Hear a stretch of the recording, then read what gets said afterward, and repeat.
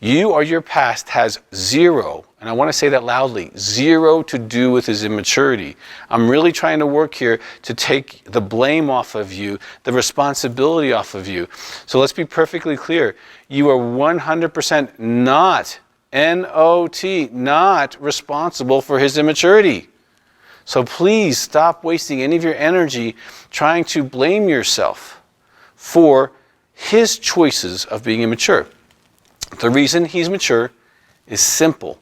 Addictions, alcohol, drugs, sex, porn, food, work, rob you of maturing when they become your primary coping mechanism. So you have an opportunity to mature, you use the coping mechanism, and you don't mature. Most addictions start during or before adolescence. So now, when the addiction starts medicating his life, maybe his abuse, neglect, family of origin, whatever pain he stops growing emotionally, spiritually, morally, and probably sexually. Okay, so here's how it works. As a child or teen, you have a challenge or a difficulty. You're a teenager, you're a child. You use the addiction to avoid, not to feel the pain, not to feel the challenge. You lean on the addiction to get through life. And when that leaning starts happening, at that point of shifting to the medicine, you actually cut off development. Emotionally, spiritually, all the things we talked about. You stop maturing. Now, physically, you keep growing, but growing physically and maturing are two distinct processes. I've met plenty of people who are past my age who are not more mature than a 12-year-old. Okay? When you avoid the hard stuff, you stop maturing. Okay? You are literally self-sabotaging not to mature when you go to the medicine as a teenager or as a child even. You're sabotaging your own spiritual growth. Okay? Because you can't, you and God have to kind of be on the outs a little bit because you're choosing the medicine, not a relationship.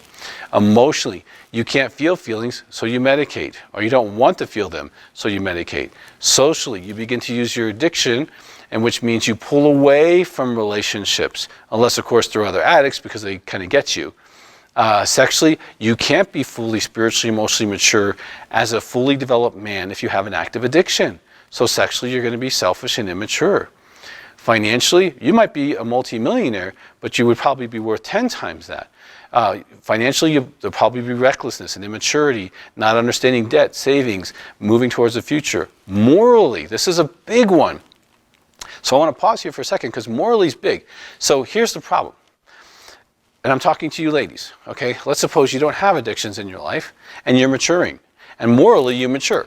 There's absolute right, there's absolute wrong. You're clear on what those are. No matter what your religion or background is, you have some very strong morals on what you will not do. I've known ladies who, they would never cheat, and their husband would cheat many times. And they're like, that's just not who I am. That's not my moral compass. That's wrong for me, okay? And so, but what happens is, when you use addiction, you face life morally at 12, 13, or 14 years old. So if you have children, ladies, you get this example pretty quickly. You go in your kid's room and you find pornography or you find pot or some illegal drug or something bad. And the child, the 13 or 14-year-old says, why were you in my room? And we're talking about why you're in my room instead of why you have illegal drugs in your room, okay? And they don't process morally.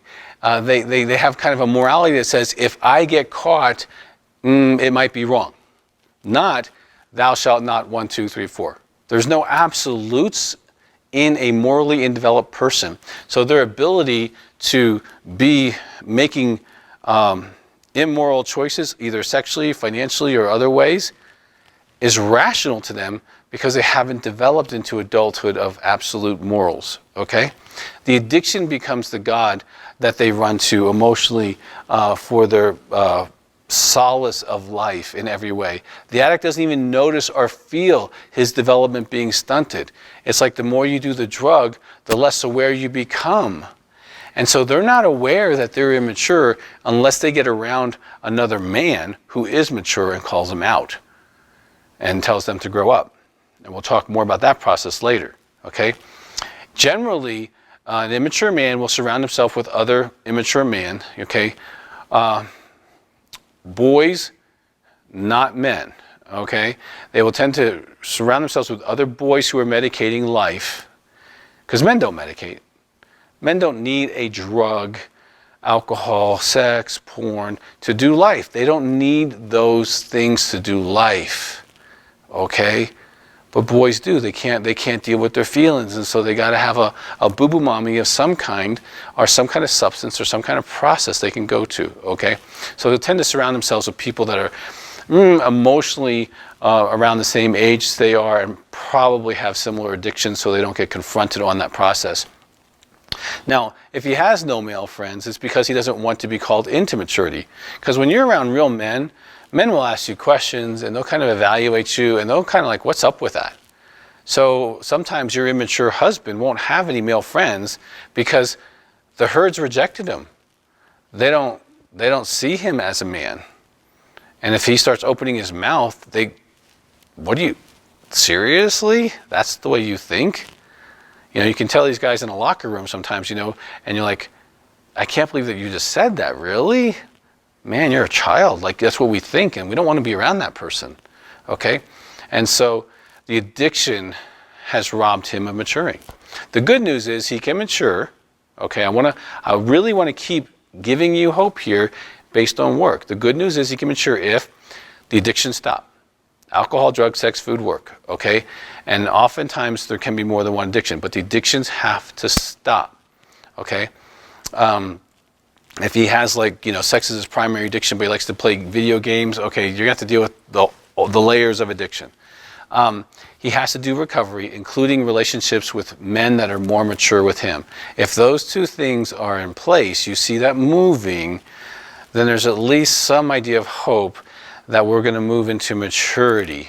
Now, if you're married to a man who is so committed to the medicine, so committed to his porn, so committed to his computer usage, so committed to his overeating, so committed to his addiction medicine, that he's unwilling to get involved in relationships with some more mature men who are on the path of recovery, there's no hope that maturing is going to happen.